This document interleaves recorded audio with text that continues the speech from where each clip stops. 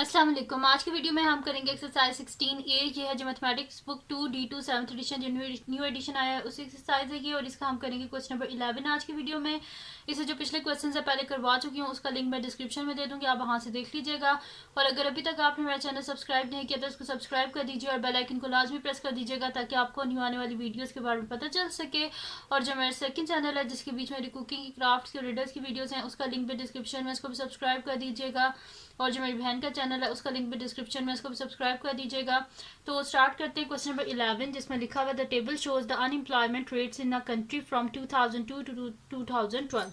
अच्छा, अब इनमें अनएम्प्लॉयमेंट रेट है यानी कि जिसमें पूरी कंट्री में ने सर्वे किया, जिसमें उनको पता चला कि इतने परसेंट जो लोग हैं ना वो यानी कि उनके पास कोई नौकरी नहीं है, वो मतलब कि वो अनएम्प्लॉयड हैं। ठीक है, तो यहाँ पे 2002 में जब उन्हें सर्वे किया तो 3.5% अनएम्प्लॉयमेंट थी, 2003 में 4.0 अनएम्प्लॉयमेंट, 2004 में 3.5% अनएम्प्लॉयमेंट थी, 2005 में 3.2% अनएम्प्लॉयमेंट, 2006 में 2.7%, 2007 में जो है 2.0%, 2008 में 2.2%, 2009 में 2.9, 2010 में 2.2%, 2011 में 2.1% और 2012 में 2.0% अनएम्प्लॉयमेंट थी।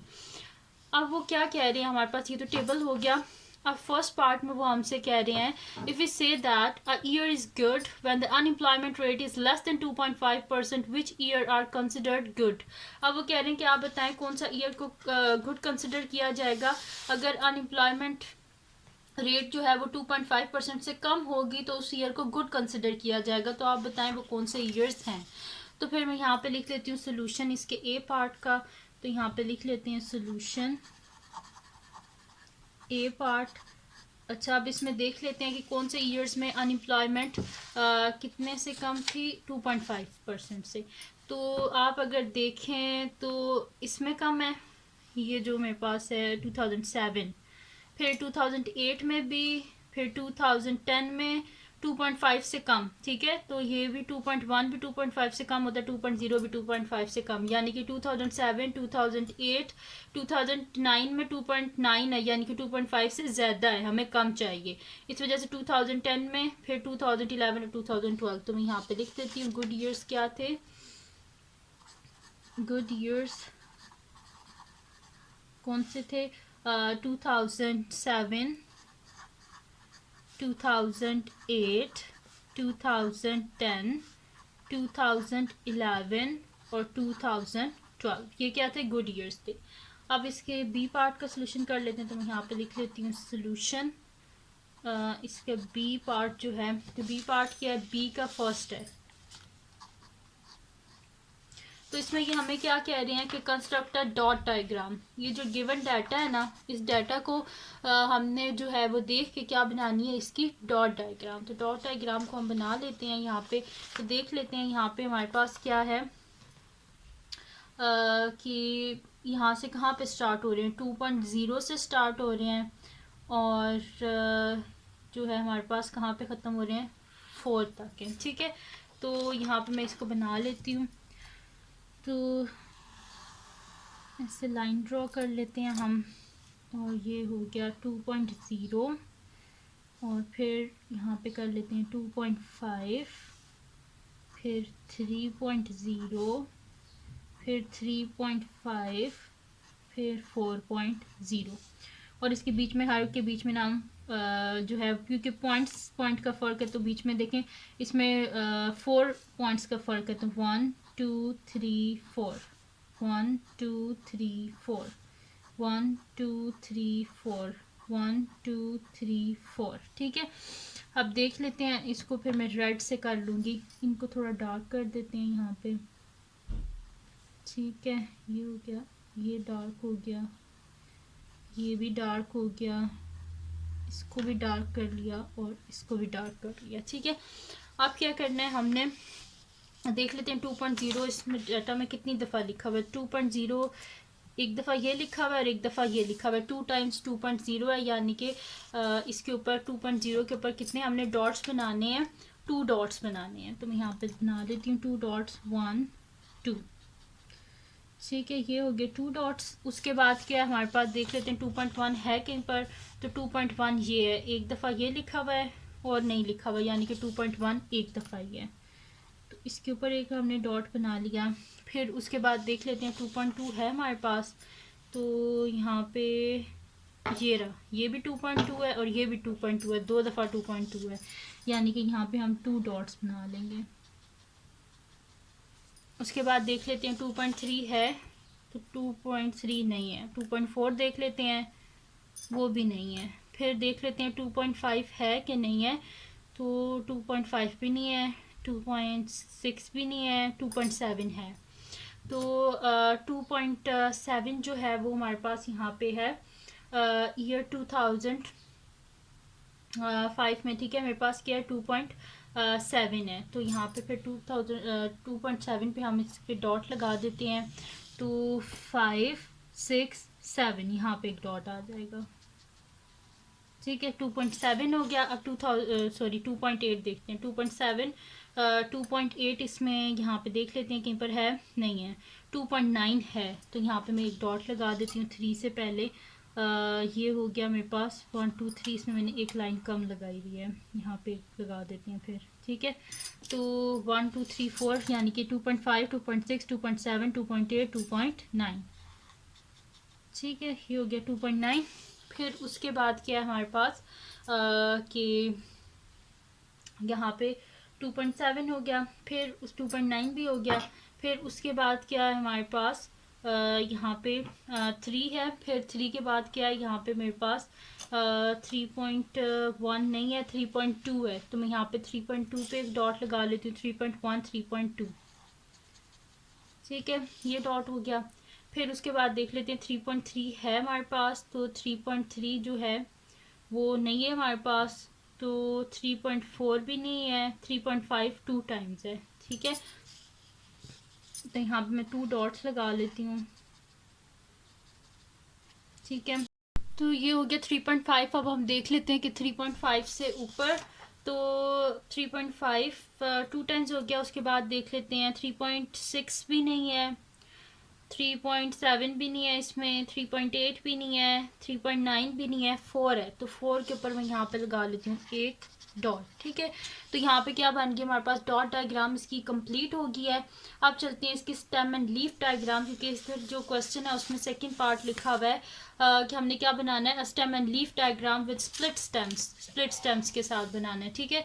तो मैं यहाँ पे लिख लेती हूँ कि बी का अब सेकेंड पार्ट है, तो यहाँ पे लिख लेते हैं बी का सेकंड पार्ट, तो इसको मैं यहाँ पे लिख लेती हूँ सॉल्यूशन बी का सेकंड पार्ट, ठीक है जी। ये हो गया बी का सेकंड पार्ट करना है, जिसमें हमने स्टेम एंड लीफ डायग्राम बनानी है, तो मैं यहाँ पे लिख देती हूँ स्टेम और यहाँ पे लिख देती हूँ लीफ, ठीक है। ये हो गया। अब यहाँ से ही देख के मैं बनाती जाती हूँ, ठीक है। स्प्लिट यानी कि स्प्लिट स्टेम्स यानी कि दो दो दफ़ा हमने लिखना है, तो मैं यहाँ पे लिख देती हूँ 2 दफ़ा 2, क्योंकि 2 से स्टार्ट हो रहा है 4 पे ख़त्म हो रहा है, तो 2 2 3 3 और लास्ट में 4। तो पहले 2 से 2.5 सॉरी 2 से 2.4 सॉरी 2.0 से हमने स्प्लिट में करना है ना, तो 0 से 4 फिर आगे 5 से 9, ठीक है, इस तरह हमने करना है। तो 2.0 पे कितने हैं मेरे पास, 0 से 4 तक पहले करना है, ठीक है। तो 2.0 है मेरे पास, फिर 2.0 है, तो 2 दफ़ा मैं यहाँ पे 0 लिख देती हूँ। फिर 2.1 है, तो एक दफ़ा 1, फिर 2.2 2 दफ़ा है, तो 2 दफ़ा 2। फिर उसके बाद 2.5 है, नहीं है, फिर हमने क्या करना है 2.6 से लेके अब 2.9 तक करना है, ठीक है। तो मेरे पास 2.7 है और 2.9 है, तो 7 9। फिर उसके बाद 3 पॉइंट मेरे पास है 2, तो यहाँ पे लिख देते हैं 2। फिर मैंने पहले किया 0 से 4 तक, फिर 5 से 9, 0 से 4 5 से 9 ये इंटरवल्स में दे रही हूँ, ठीक है। तो अब यहाँ से 3.5 से 9 के बीच में कितने 2 डॉट्स हैं, और 5 के ऊपर है, ठीक है। 3.5 के ऊपर 2 डॉट्स हैं, तो 2 दफ़ा मैं यहाँ पे लिख देती हूँ 5। फिर 4.0 एक दफ़ा ही है, तो यहाँ पे लिख देते हैं जो है वो, सॉरी 4.0 है मेरे पास, तो मैं यहाँ पे लिख देती हूँ 0, ठीक है। क्योंकि जो है ना यहाँ पे अगर आप इससे भी देख लें तो यहाँ पे आप देख लें कि 2.0 जो है वो कितनी दफ़ा, यहीं से देख के मैंने ये बनाई थी डॉट डायग्राम, तो 2.0 2 दफ़ा है, तो ये देखें 0 0। 2.1 एक दफ़ा है, तो ये 2.1। फिर 2.2 जो है वो 2 दफ़ा है, तो 2.2 2.2। फिर 2.7 एक दफ़ा है, तो 2.7। फिर 2.9 एक दफ़ा है, तो 2.9। फिर 3.2 एक दफ़ा है, तो 3.2। फिर 3.5 दो दफ़ा है, तो 3.5 3.5। फिर 4.0 एक दफ़ा है, तो 4.0 एक दफ़ा, ठीक है। तो ये होगी इसकी स्टेम एंड लीफ डायग्राम। इसकी की मैं साइड पे लिख देती हूँ। तो ये होगी इसकी स्टेम एंड लीफ डायग्राम।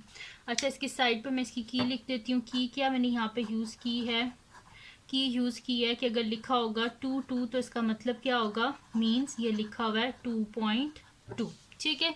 क्योंकि ये पॉइंट्स में गिवन था हमारे पास डाटा।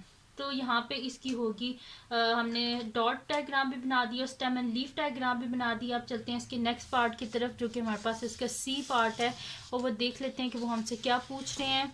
तो सी पार्ट में कह रहे हैं state the advantage of using the dot diagram, the stem and leaf diagram with split stems to represent the employment rate the country from 2002 to 2012, ठीक है। अनएम्प्लॉयमेंट रेट बताना है हमने, तो मैं यहाँ पे लिख देती हूँ इनके एडवांटेजेस। तो क्या है हमारे पास इनके एडवांटेजेस, तो यहाँ पे लिख लेते हैं इस शीट पे हम कि हमने क्या लिखना है। इसके एडवांटेजेस लिखने हैं डॉट डायग्राम के और स्टेम एंड लीफ डायग्राम के विद स्प्लिट एंड्स के। इसके हमने क्या लिखने हैं, एडवांटेजेस लिखने हैं। तो मैं यहाँ पे लिख देती हूँ। अब क्या कर रहे हैं हम, सी पार्ट कर रहे हैं और इसका फर्स्ट पार्ट, तो मैं यहाँ पे लिख देती हूँ सोल्यूशन सी का फर्स्ट पार्ट।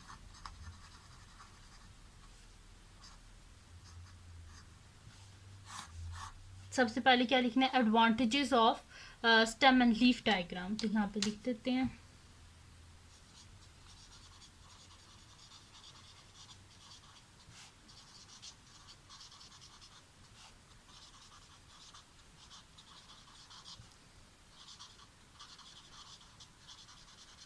ठीक है, इसके एडवांटेजेस लिख लेंगे, तो मैं यहाँ पे लिख देती हूँ कि एन एडवांटेज ऑफ, इसका एक एडवांटेज हमारे पास क्या है, an advantage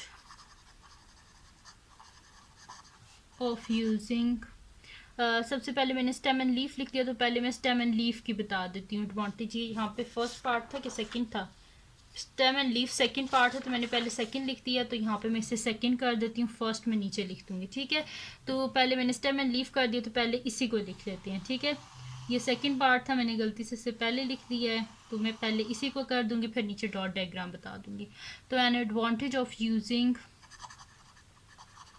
the stem and leaf diagram is that the shape of the data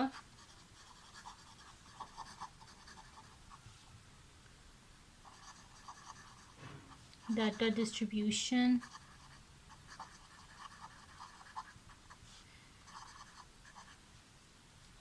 can be easily observed। ये जो हमारे पास होता है ना, इससे हम क्या कर सकते हैं, इजीली जो है ना वो ऑब्जर्व कर सकते हैं जो डाटा की डिस्ट्रीब्यूशन है, ठीक है, क्योंकि सामने हमारे पास एक डायग्राम के फॉर्म में बना हुआ होता है। अब लिख लेते हैं। अब ये सी का जो है ना वो फर्स्ट पार्ट है, मैंने पहले गलती से सेकंड लिख लिया था, तो मैं यहाँ पे लिख देती हूँ सोल्यूशन सी का फर्स्ट पार्ट, ठीक है। तो ये मेरे पास है advantages of dot diagram.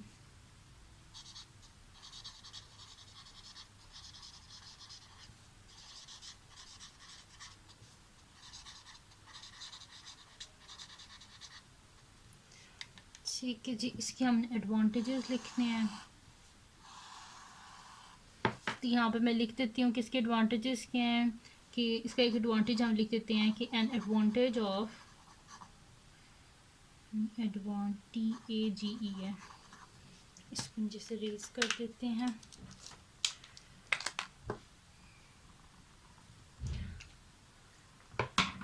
An advantage of using dot diagram is that it is easy to display the data.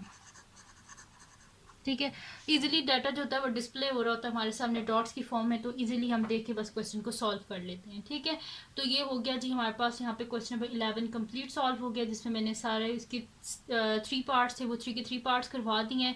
तो ये थी जी आज की वीडियो। अगर आपको पसंद आई हो तो उसको लाइक कीजिएगा, मेरे चैनल को सब्सक्राइब कीजिएगा और बेल आइकन को लाजमी प्रेस कर दीजिएगा ताकि आपको न्यू आने वाली वीडियोस के बारे में पता चल सके। और जो मेरा सेकंड चैनल है जिसके बीच में मेरी कुकिंग की, क्राफ्ट्स की, रिडल्स की वीडियोस हैं, उसका लिंक भी डिस्क्रिप्शन में है, उसको भी सब्सक्राइब कर दीजिएगा। और जो मेरी बहन का चैनल है उसका लिंक भी डिस्क्रिप्शन में, उसको भी सब्सक्राइब कर दीजिएगा। और अपनी दुआओं में लाजमी याद रखिएगा। अल्लाह हाफिज़।